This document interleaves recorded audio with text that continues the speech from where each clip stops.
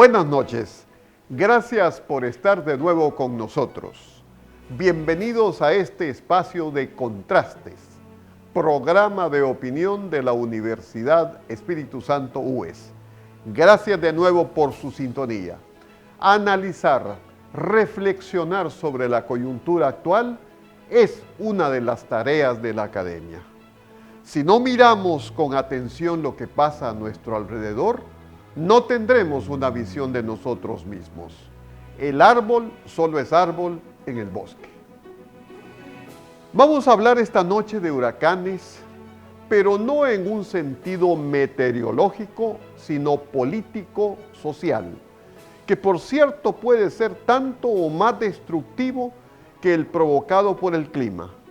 Por ello, hemos titulado a este programa Huracanes en el Caribe, Cuba, Haití, Nicaragua. En el año 1961, el filósofo francés Jean-Paul Sartre publicó bajo el nombre de Huracán sobre el azúcar una colección de ensayos que giraban sobre su encuentro con la Revolución Cubana, sus protagonistas y su pensamiento. Eran los años de luna de miel entre muchos intelectuales europeos, algunos estadounidenses y también latinoamericanos que creían asistir al nacimiento de una nueva época, la del hombre libre. El huracán del que hablaba Sartre era el de la Revolución Cubana. Otros huracanes de signos distintos azotan hoy el Caribe. Haití, por cierto, fue el primer país en América Latina en romper el dominio colonial y proclamar la independencia en 1804. Pero su historia contemporánea ha estado lejos de cumplir con el ideal de libertad e igualdad que fueron proclamados en ese momento fundacional. Más aún, el asesinato de su presidente nos pone en un escenario inédito, increíble, que creíamos haber dejado atrás. Hasta ahora, solo hay muchas preguntas y pocas respuestas. ¿Por qué se llegó a este extremo de magnicidio en pleno siglo XXI? ¿Quiénes son los autores intelectuales de este crimen? ¿Qué móviles perseguían? Y sobre todo, ¿cuál es la salida para Haití, que ha tenido un trágico camino de destrucción desde su independencia? Por otra parte, la Cuba de hoy no es la que Sartre creyó entrever. El verdadero carácter totalitario de la revolución, que dio origen al régimen que dura ya más de 60 años, se ha develado completamente. La miseria, la opresión, el irrespeto por la libertad son las características de este régimen. Sin embargo, algo importante ha sucedido en estos días. No se trata solamente de una rebelión por la falta de alimentos, medicinas, electricidad, lo mínimo para la supervivencia del ser humano, sino por la falta de libertad. Como dice la canción icónica del movimiento San Isidro, Patria y Vida, mi pueblo pide libertad, no más doctrinas. Ya no gritemos patria o muerte, sino patria y vida, y empezar a construir lo que soñamos, lo que destruyeron con sus manos, que no siga corriendo la sangre por querer pensar diferente. ¿Quién les dijo que Cuba es de ustedes? Presenciamos entonces el final de un mito, el del relato de una revolución en nombre de la libertad que encandiló y todavía encandila a algunos sectores de las clases medias, a algunos intelectuales, caudillos populistas. El socialismo del siglo XXI se puso bajo la protección de la Revolución Cubana. Si algo muestra la crisis actual, es que esta nunca fue, ni es el espejo de los sueños de América Latina. Ya ustedes están sobrando, ya no les queda nada, ya se van bajando. Nicaragua es una tierra de poetas, desde Rubén Darío a Ernesto Cardenal, y da al Caribe. Pero lo que está viviendo es de nuevo el fracaso de otra revolución calcada sobre la cubana. La libertad que anunciaban los sandinistas se ha convertido en tiranía. Urgente por ello es preguntarnos tanto, ¿cómo es posible que un movimiento que se supone canceló a una dictadura decimonónica de república bananera se ha terminado convirtiendo en otra peor? Y también, ¿qué alternativas son posibles para retornar a la democracia en el estado actual de cosas que no es la Guerra Fría? Estas y otras preguntas y sus comentarios serán compartidos con ustedes en este programa. Desde ya mis agradecimientos a los participantes en el mismo: Sabrina Duque, Miriam Estrada, Henry Cucalón. A nuestra conductora del programa, Catherine Calero, al Consejo Editorial de Contrastes, al CEPA de la Facultad de Comunicación, a Relaciones Públicas de la UES y sobre todo a ustedes, a quienes está dirigido este programa y que lo hacen posible. Adelante, Catherine, por favor. Muchísimas gracias, doctor. En Haití, un presidente asesinado y mutilado. En Nicaragua, un presidente con más de 14 años continuos en el poder que ha ordenado prisión para los 5 candidatos presidenciales que participarían en los próximos comicios de ese país en noviembre. En Cuba, luego de 60 años de dictadura, sus habitantes protestan en las calles y comparten videos en redes sociales con denuncias sobre falta de servicios básicos y de salud, en una situación que se agrava mucho más con la pandemia. Es por eso que esta noche hemos denominado a nuestra edición de Contrastes como Huracanes en el Caribe. Conozcamos un poco más de las situaciones en estos países a través del siguiente video.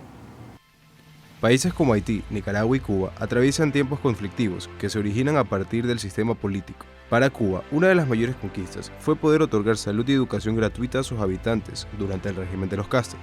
Pero la pandemia del COVID-19 ha batido récords, con más de 6.000 contagios al día durante el mes de julio, según un reporte de la agencia Reuters. Situación que ha llevado a los cubanos a protestar en redes sociales, que desde hace 2 años son de uso libre de la isla.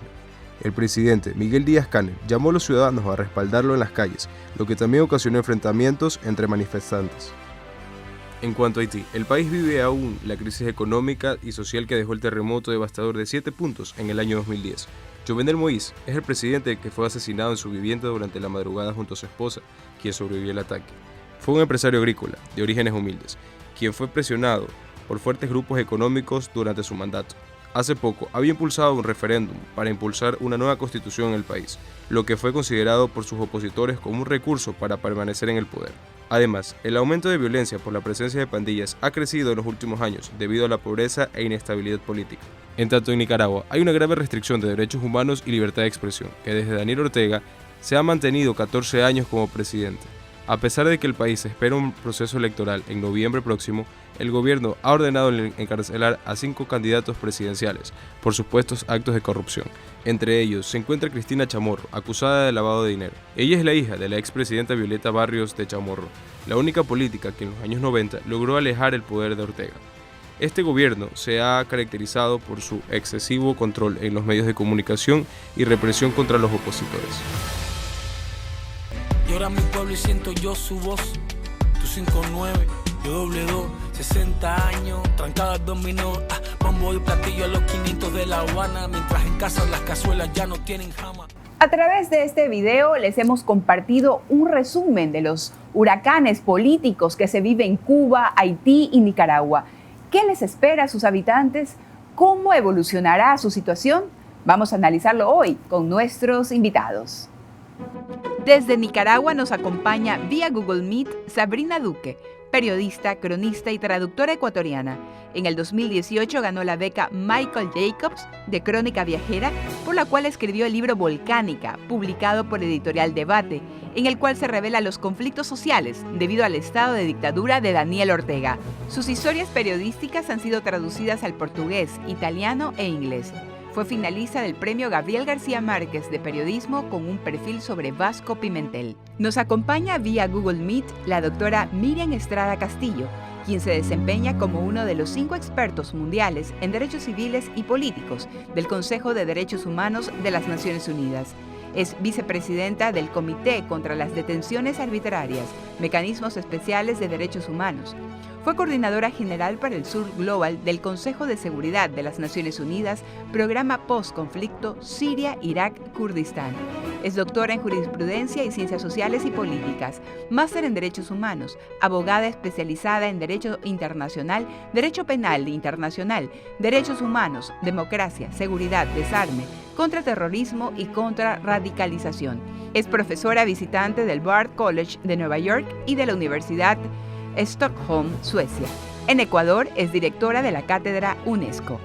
Y aquí en el estudio de televisión de la UE se encuentra Henry Cucalón, es abogado y máster en Derecho Administrativo. Se ha desempeñado como secretario general de la Procuraduría del Estado y Municipalidad de Guayaquil. En lo político ha sido 2 veces el legislador por la provincia del Guayas, jefe de bancada en los 2 periodos y presidente de la 6 Madera de Guerrero. Actualmente es docente de la UES. Luego de la caída de la dictadura de Anastasio Somoza, Nicaragua ha vivido complejos procesos sociales que han dado paso a gobiernos ideológicamente opuestos. A inicios de los 90, el gobierno de Daniel Ortega dejó un país con hiperinflación, una deuda externa inmanejable y servicios sociales deteriorados. Esta situación fue revertida durante esa década gracias a un giro hacia una economía de mercado. Pero en el 2006 vuelve Daniel Ortega a la presidencia. Las protestas del 2018 dejaron 325 personas fallecidas y la condena por parte de la ONU, la OEA y otros organismos internacionales. Desde entonces, el país ha tenido una contracción económica imparable y una crisis generalizada, cuyo último episodio ha sido la detención de varios opositores políticos. Le preguntamos a nuestros panelistas, ¿el Estado de Derecho ha sido cancelado en Nicaragua? ¿Es una dictadura? Empezamos con usted, Sabrina. Es un placer saludar al público de Contrastes, el programa de entrevistas de la UES. Es realmente una alegría estar aquí. Yo soy escritora y vivo en Nicaragua. Cuando yo llegué aquí, esto claramente no era una democracia. Esto ya había derivado en otra cosa, pero ha sido un proceso tan lento, tan imperceptible, que la gente no se cuestionaba mucho lo que estaba ocurriendo, pero habían hecho tantas modificaciones a la Constitución que básicamente violaban los principios constitucionales. La Constitución sigue ahí y se prohíbe la reelección, pero Ortega ya va por la 4ª reelección. ¿Ya? Él demandó al Tribunal Constitucional porque la Constitución estaba yendo contra su derecho a ser reelegido. ¿Ya? Se supone que los familiares directos, en esta constitución viene el tiempo de Violeta Barrios de Chamorro, y en esa constitución quedó claro que los parientes directos no podían candidatizarse en elección seguida, y eso mucha gente pensaba que Violeta iba a hacer algún tipo de movimiento para evitarlo, porque su hombre fuerte era su yerno, el esposo de Cristiana. Y todo el mundo decía que él iba a ser el siguiente presidente, pero obviamente por la Constitución no pudo ser, y en fin, bueno, él murió en un accidente años después. No había una total libertad. Todos los barrios funcionan en base a la vigilancia de tus vecinos que pertenecen al partido.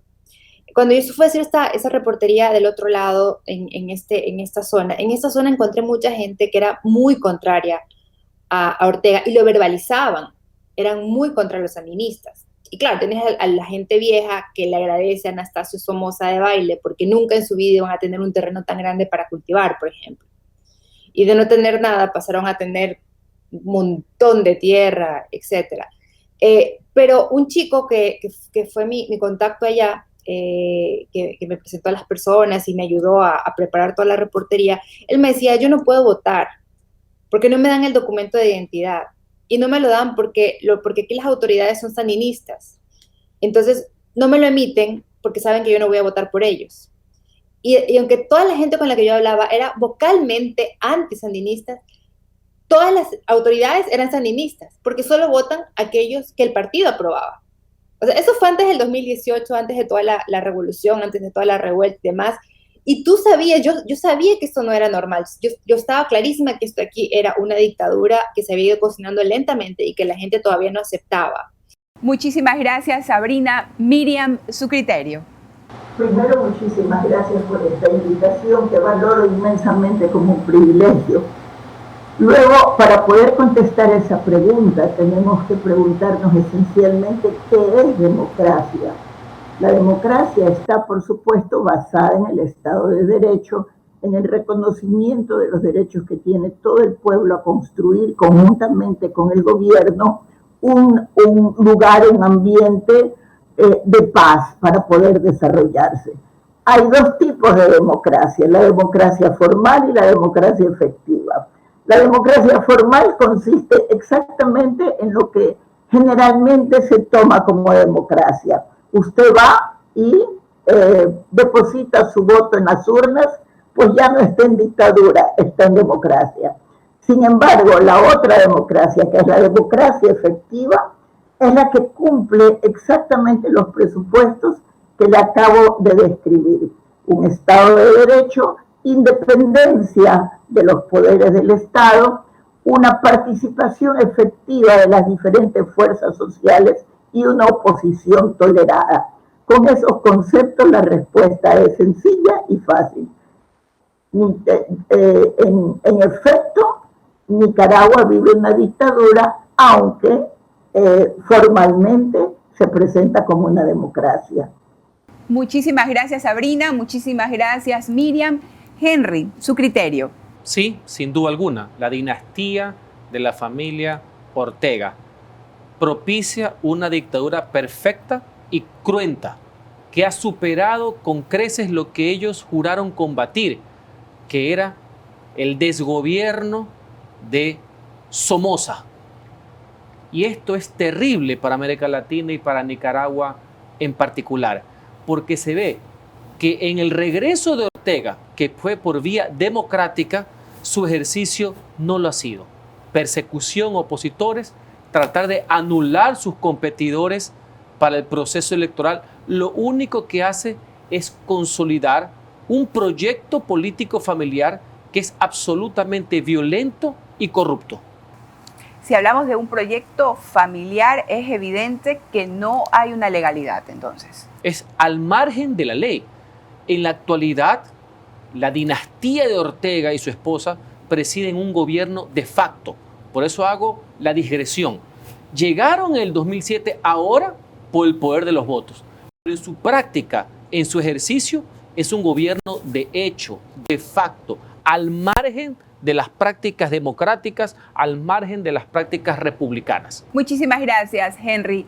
La permanencia de Daniel Ortega ha traído como consecuencia persecuciones a opositores, pero sobre todo a los medios de comunicación. Carlos Chamorro, uno de los hijos de Violeta Chamorro, es una de las voces más críticas del periodismo en este país y fundador del medio digital confidencial.com.ni. Él tuvo que exiliarse por segunda vez junto con su esposa en los últimos 3 años. Le preguntamos a la periodista Sabrina Duque, ¿cuál es la situación actual de los medios en Nicaragua? La situación de la prensa en este momento es diferente a lo que fue en el 2018. En el 2018 era una amenaza muy física. O sea, todo era el tema de estar amenazado de que te van a desaparecer, de que iban a la casa de los padres, las madres de los periodistas y les decían que iban a matar a sus hijos, les pintaban en la pared cosas así. Entonces la gente se iba por el miedo a una desaparición a manos de los paramilitares. Ahora, en cambio, es una persecución jurídica, una persecución que tiene que ver con que Cristiana Chamorro era la directora de una fundación que ella cerró el año pasado, porque venía una serie de leyes por las cuales la fundación ya no iba a poder tener independencia y el Estado iba a tener cierto tipo de control. O sea, tengo que decirles, en octubre del año pasado se aprobaron 4 leyes que son las que ahora están usando para la represión. Las aprobaron en la asamblea donde Ortega tiene la mayoría. Entonces Cristiana Chamorro le hicieron como ella cerró la fundación, no la podían presionar por ese lado, ahora le abrieron esta investigación de lavado de activos a través de la fundación que ya está cerrada. Y como una fundación que se dedicaba a capacitar a periodistas, a través de eso han citado a todos los periodistas que han podido. Y cuando ellos van a la cita para hablar sobre el supuesto lavado, los terminan amenazando con otra de las leyes que recién estrenaron, que es la ley de ciberdelitos. De hecho, hay un periodista al que metieron preso, y él es un periodista deportivo que tiene un programa en el que habla de béisbol, pero lo metieron preso porque en su Twitter es muy crítico con el gobierno. Gracias, Sabrina. Desde el 2020, la Asamblea de Nicaragua ha dictado leyes como la denominada Ley de Soberanía, la Ley de Agentes Extranjeros y la Ley de Ciberdelitos, normas que han permitido las recientes detenciones de los líderes opositores. Además, la persecución a los medios de comunicación ha sido la impronta de los gobiernos del socialismo del siglo XXI. Y en el caso de Cuba, apenas desde hace 2 años, tienen uso libre de Internet. Sin embargo, en los últimos días, las redes sociales han sido bloqueadas para enfriar las protestas. Todas estas restricciones están respaldadas por un marco legal. Le preguntamos a Miriam Estrada, ¿estas normas cumplen con los estándares convencionales establecidos por nuestro sistema interamericano de protección de los derechos humanos? Yo he trabajado durante 12 años en el Consejo de Seguridad, en el Comité contra el Terrorismo. La dirección ejecutiva tiene como principal actividad organizar los diferentes códigos penales del mundo, de los diferentes países del mundo, para que cumplan con las normas que se determinan, que se establecen en contra del terrorismo. Estas normas han sido utilizadas por los estados de acuerdo a la conveniencia de quienes se encuentran en el poder. Entonces existe una contradicción señalada por la Comisión Internacional de Juristas entre lo que requiere el Consejo de Seguridad y lo que los diferentes estados, dependiendo su posición y sus ideas políticas, establecen como normas.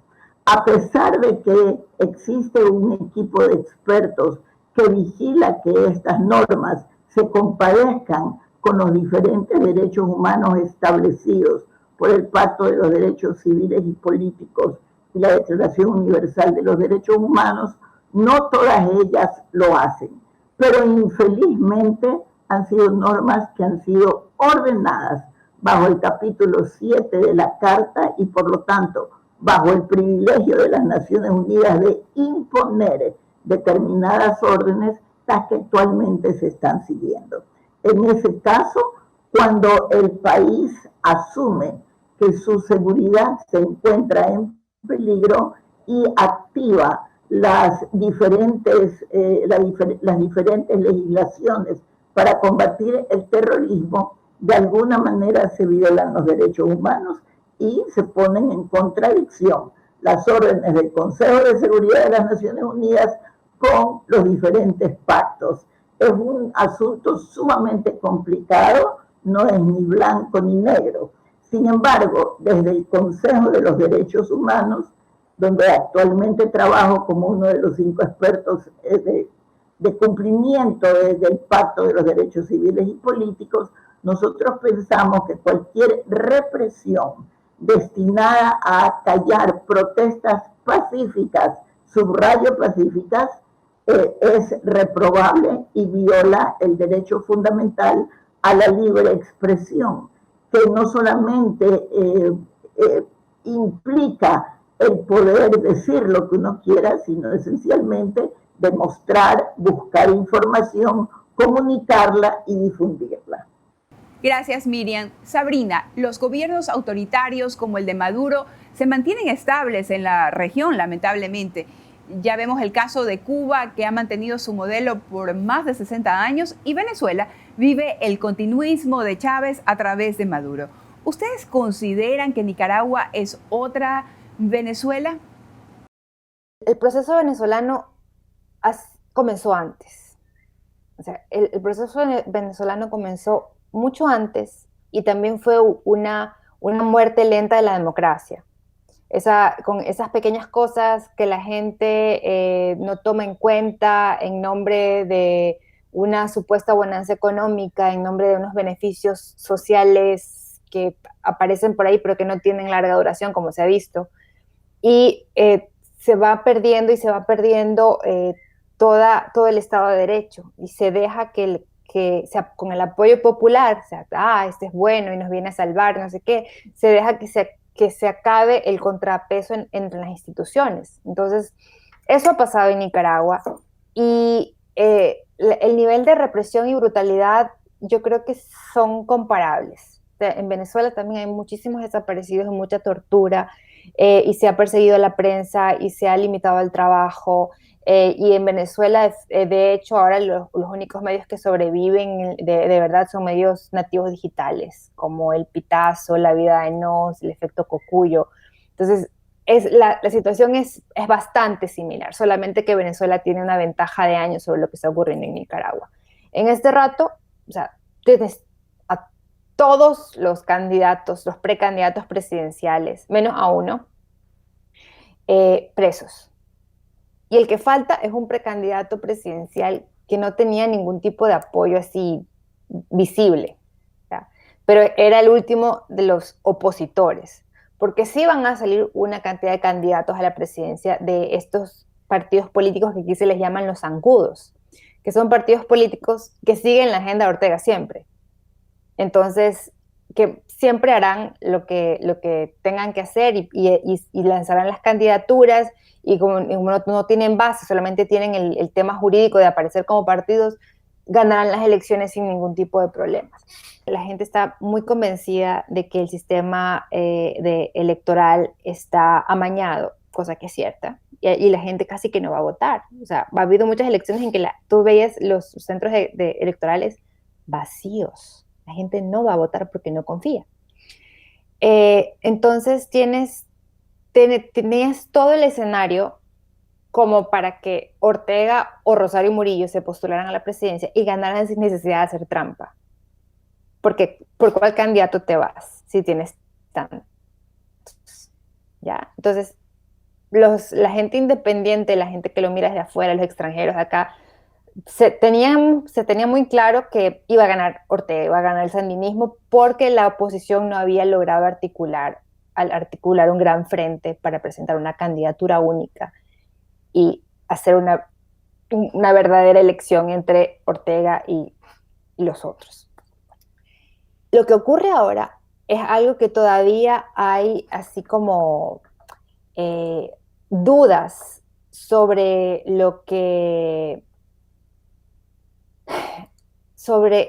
por qué está ocurriendo lo que está ocurriendo.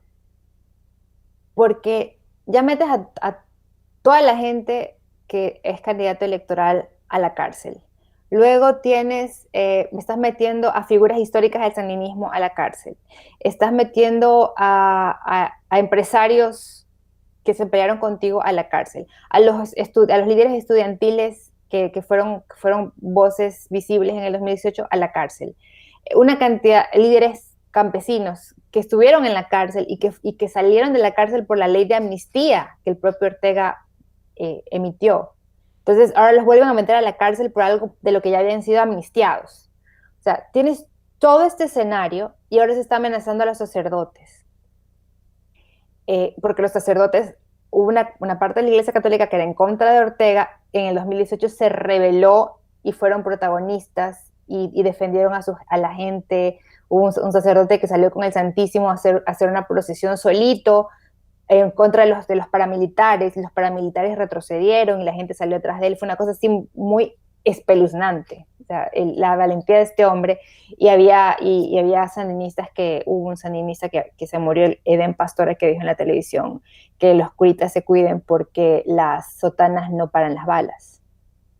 Entonces ahora hay toda esta amenaza contra los curas, y parece que lo que se está buscando es que la gente se levante, hacer otra masacre, y ahí venir con la historia de que está ocurriendo un golpe de Estado, y hacer una cacería de brujas, incluso dentro del Frente Sandinista, donde Rosario Murillo no tiene muchos aliados para definitivamente instalarse en el poder y suspender las elecciones por el golpe de Estado. O sea, te estoy dando un posible escenario, porque la verdad es que lógicamente no había razón para hacer lo que están haciendo. No había ningún tipo de razón para hacer lo que están haciendo. Y esto va a tener yo creo que en ese momento mucha gente dentro del sandinismo, dentro del poder, debe estarse preguntando qué hacer a continuación. ¿Por qué? Porque tú no puedes tener una economía libre de mercado en un país que está políticamente cerrado. Gracias, Sabrina.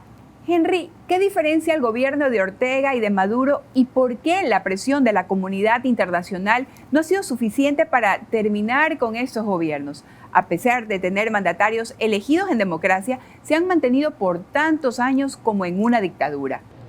Porque tienen una consolidación del poder básicamente a nivel de las Fuerzas Armadas también, lo cual no sería dable para su sostenimiento. Recordemos que Ortega tiene un origen militar.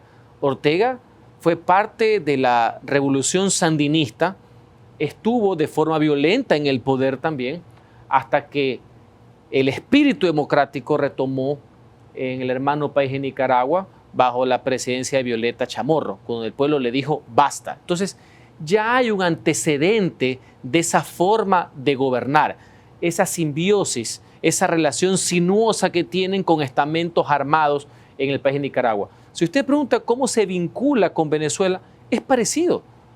En Venezuela lo que existe es una dictadura militar, donde tienen a Maduro como portaestandarte. ¿Me explico? Para efectos utilitarios, pero quien gobierna Venezuela de forma ilegal, de forma violenta, atentatoria contra los derechos humanos, contra la integridad de los venezolanos y al margen del Estado de Derecho, son los militares chavistas. Son profundamente ideologizados que no se deben al país, sino a un proyecto político en particular del cual Maduro es su títere. En términos generales, ¿qué está pasando con los países caribeños? ¿Qué está pasando con Latinoamérica? Es evidente estas constantes protestas, estos constantes hechos violentos. Bueno, en general América Latina vive una ola de protestas. Yo considero que la protesta es legítima. La Constitución, los tratados internacionales reconocen la protesta como una vía alternativa de hacer conocer las posiciones de una colectividad, de un pueblo. ¿Dónde radica el problema? Cuando esa protesta desnuda fines no democráticos en alguno de los que lo participan, o cuando el gobierno no comprende la protesta, ese reclamo popular, y adicionalmente, o a diferencia de lo que puede haber un abuso en el ejercicio de la fuerza pública, ya se tiene órdenes de tratar a los conciudadanos, a los compatriotas, como que si fueran enemigos del Estado. Ese es el caso básicamente de lo que sucede en Cuba en la actualidad, donde el mismo primer mandatario trata a quienes manifiestan sus diferencias como enemigos, como parásitos, como enemigos de la revolución, cuando no lo es. Y en otros casos, como hemos sucedido en protestas como en Colombia, como en Chile o en el caso ecuatoriano, que se derivan en hechos violentos y puede cometerse abusos por parte de la fuerza pública, que deben ser siempre condenados, pero no creo que exista por parte del gobierno legítimamente constituido una política de exterminio a quienes piensan distinto o a quienes reclaman. Gracias, Henry. Los opositores del presidente de Haití no querían reformas en la Constitución para evitar su permanencia en el poder, pero ¿cómo evalúan la situación en este país? Las manifestaciones por ideologías ahora tienen el matiz de delincuencia organizada. ¿Por qué se llegó al extremo de asesinar al presidente? ¿Cuál es el mensaje de este asesinato? Miriam. Tenemos que hacer un recuento histórico. En primer lugar, el presidente ha sido asesinado por sicarios. Lo que se debería de hacer esencialmente es investigar de manera independiente y objetiva por qué se contrataron estos sicarios, quiénes lo contrataron y cuál era el propósito.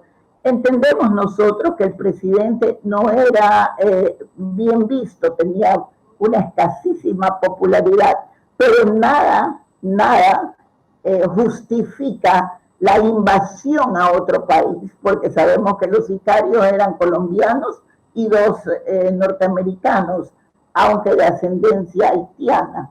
Nada justifica la invasión por parte de sicarios o fuerzas especializadas a otro país con el propósito de cometer un magnicidio. Entonces se ha iniciado en Latinoamérica, pienso que esto es la primera expresión de una ola que va a recorrer Latinoamérica en corto tiempo, que fue advertida además a los diferentes países de la región y que como el nuestro, por ejemplo, no hizo caso y dijo que jamás llegaría a tal situación a tocarnos, se va a iniciar en la región una ola de violencia sumamente difícil de controlar. ¿Por qué? Yo creo que la raíz de todo está en la pobreza brutal en que se vive en Latinoamérica, que es el más desigual de todos los continentes. Y segundo, en una corrupción brutal también que tiñe a todo el mundo. Es decir, aquí no hay ni santos ni pecadores como un programa de televisión de un buen amigo mío. Aquí de alguna manera todos somos pecadores, porque la corrupción viene desde las más altas esferas hasta la última expresión en el país. Imagínese usted lo que significa violar la soberanía de un país. Primero, contratar sicarios. Segundo, violar la soberanía de un país. Violar un domicilio y pasar a metralla al presidente de la República. Entonces, eso no es algo que hace solamente la criminalidad organizada. Estas son cosas de carácter político que merecen un análisis mucho más profundo de que podríamos hacer en esta corta entrevista. En todo caso, es un magnicidio que bordea los crímenes propios de la Corte Internacional Penal, porque, como repito, se violó la soberanía de un país con el manejo de sicarios. Gracias, Miriam. Henry, tus aportaciones. Una de las razones de ser del Estado es brindar seguridad a sus ciudadanos. Y por eso existe el concepto de la fuerza pública, para mantener el orden, para hacer ejecutar las decisiones de un gobierno, reitero, legítimamente constituido. De eso, al abuso, a la violencia, a ejecuciones extrajudiciales, entre otras cosas, eso está condenado por el derecho y debe ser repudiado por todos los ciudadanos del mundo, por toda la gente de bien. La misma ley y la Constitución los castiga. Eso es lo que en derecho se denomina la responsabilidad extracontractual del Estado. Cuando un agente de la fuerza pública, en ejercicio de su potestad, de su poder, del arma que le confiere el pueblo, ha hecho un mal uso de la misma. Y obviamente eso debe ser debidamente judicializado. Pero no confundamos ese hecho con que el Estado, a través de su fuerza pública, tiene el derecho de salvaguardar tanto la vida y los bienes de los ciudadanos, y ante una arremetida de violencia al margen del derecho o actos de carácter de terrorismo, inclusive de sabotaje, puede emplear con la debida proporcionalidad, obviamente, la fuerza que le ha sido conferida. ¿Por quién? Por el Estado, por la Constitución y la ley. Aquí no se trata ni de abusar, jamás, eso debe ser, reitero, eso debe ser rechazado, ni tampoco dejar que las cosas pasen y que se tomen el control, porque para eso está el Estado, la sociedad jurídica y políticamente organizada, para imponer un orden en la República, pero dentro de la ley. Gracias, Henry. En los últimos años, tanto en Ecuador como en Chile, Colombia y ahora en estos tres países, Nicaragua, Cuba y Haití, se han dado grandes levantamientos sociales por causas distintas en los que la fuerza pública ha debido intervenir. En todas estas ocasiones se contrapone el derecho a la protesta con el uso de la fuerza progresiva por parte del Estado, quien tiene el monopolio de la fuerza y el poder. Para concluir, ¿cómo evalúan el uso de la fuerza frente a la protesta justa que se combina con delincuencia organizada? ¿Cómo vigilar la democracia sin tener que llegar al extremo de la desaparición, la tortura y el exilio? Empezamos con usted, Miriam. Para las reglas internacionales, nosotros reconocemos, garantizamos y protegemos las protestas de carácter pacífico. Las protestas de carácter pacífico, es decir, sí, en efecto, los diferentes tratados internacionales garantizan el derecho a la protesta, pero este derecho a la protesta se tiene que enmarcar en actividad, en una organización que tenga la intención de que la misma sea pacífica.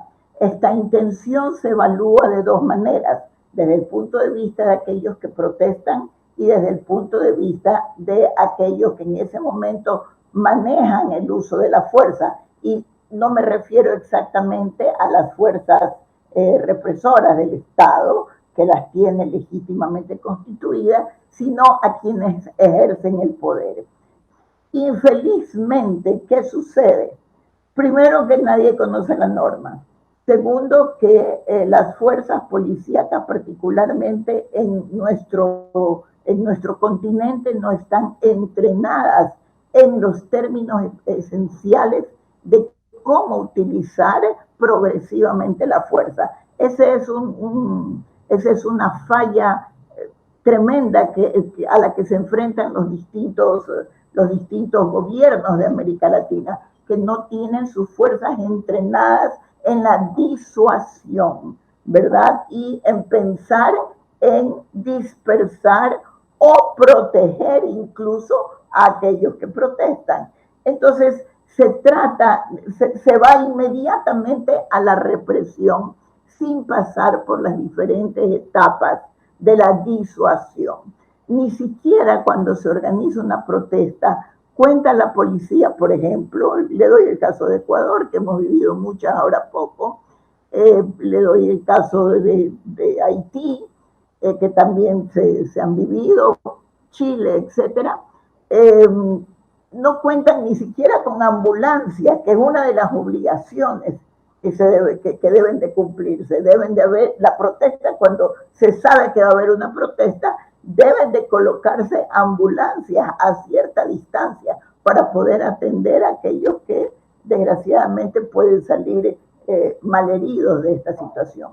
Pero ¿qué es lo que vemos? Vemos que directamente la policía los reprime, saltándose por delante las diferentes etapas del uso de la fuerza, y tenemos en consecuencia gente herida, gente muerta, gente ciega, gente en una situación física muy precaria, y el país siendo juzgado internacionalmente.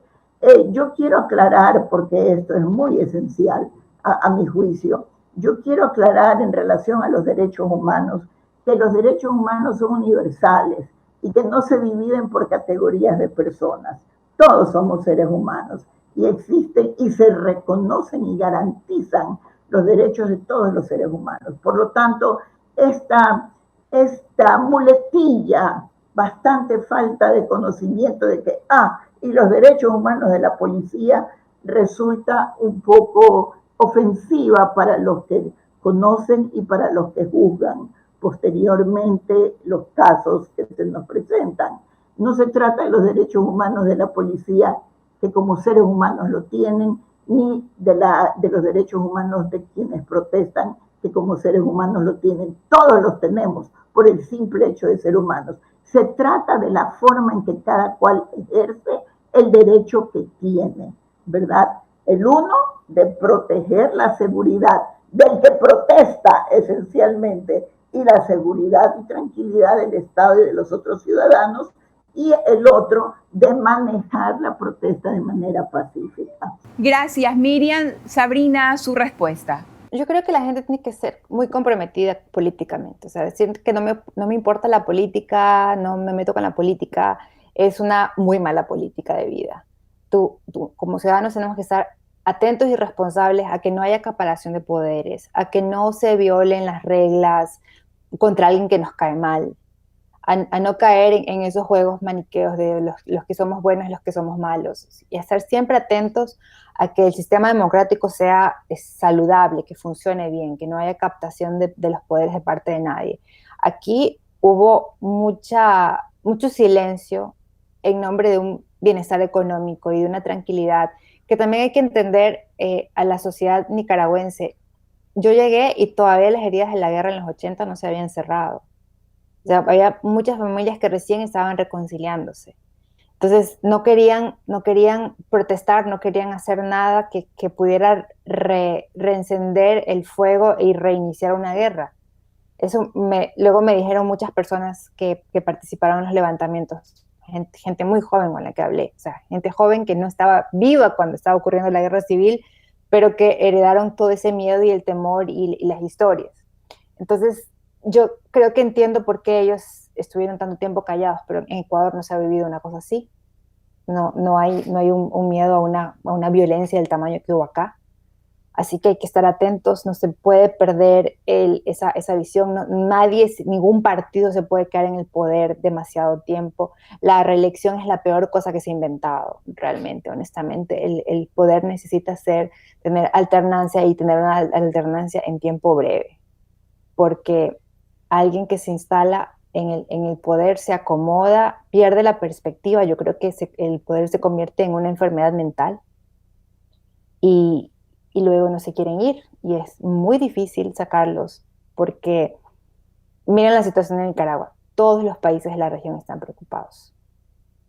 Todos los países de la región han hecho lo que está en sus manos para ayudar a este país. Han sancionado a todos los jerarcas, han sancionado a Rosario Murillo, han sancionado a los hijos de Daniel Ortega, han sancionado a la gente, a militares, a generales, han sancionado a policías, han sancionado a todo el mundo que te puedas imaginar, y no pasa nada. O sea, la comunidad internacional está de manos atadas. Gracias, Sabrina. Henry, tus criterios. Ser ciudadano es el cargo más importante que existe en una democracia. Y un país necesita ciudadanos activos, conocedores de sus derechos, de que sepan que tienen el derecho a tener derechos. Y hay varias vías de participación popular para hacer conocer, reclamar y exigir los mismos. Una de las vías son las elecciones. Pero esto no sucede solamente cada 4 años, sino que se puede hacer consuetudinariamente, se lo puede hacer consecutivamente, se lo puede hacer ordinariamente. Y una de esas vías, evidentemente, es la participación, es la protesta ciudadana. Inclusive nuestra Constitución establece el derecho a la resistencia, pero no significa tener carta abierta para promover la violencia. Ese es donde tenemos que encontrar esa pequeña diferencia. Tenemos que protestar. Y yo le voy a poner un ejemplo. Podemos hacerlo. Si mañana los trabajadores no están de acuerdo con una medida, hasta el derecho a la huelga está garantizado. Que la gente quiere hacer conocer su voz y su oposición a un gobierno de turno, tanto nacional como local, para hacer conocer cuáles son sus pareceres, está bien. Nadie le puede impedir que uno paralice su actividad.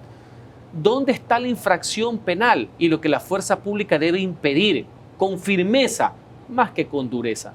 Porque la firmeza es la dureza dentro de la ley, de que paralicen servicios públicos. No es lo mismo la persona que reclama, que protesta, que en signo de rechazo deja de hacer algo, que la persona que obstaculiza la provisión del servicio público de agua potable, de la persona que paraliza una carretera, la persona que paraliza la exportación del crudo del oleoducto. Eso sí es delito, eso sí es sabotaje.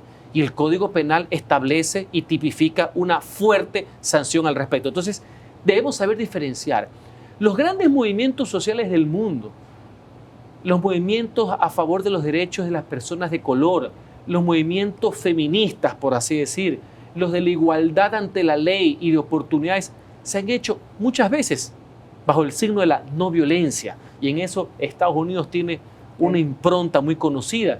Toda la lucha por los derechos civiles de Martin Luther King, y por poner un ejemplo, toda la lucha en el puente de Selma, son ejemplos ante la historia sin violencia. Muchísimas gracias, Henry. Agradecemos a nuestros 3 panelistas esta noche por sus profundos análisis. Y podemos concluir: quien olvida su historia está condenada a repetirla, decía el poeta y filósofo español Jorge Agustín Nicolás Ruiz de Santayana. Cuba, Nicaragua y Haití atraviesan un fuerte huracán político, pero otros países latinoamericanos también. Por eso es necesario recordar para cambiar la dirección del viento, mejorar la historia en favor de una democracia libre de violencia. Agradecemos a nuestra audiencia y los esperamos en una próxima edición de Contrastes. Hasta pronto. Muy buenas noches. Ya no gritemos patria o muerte, sino patria y vida.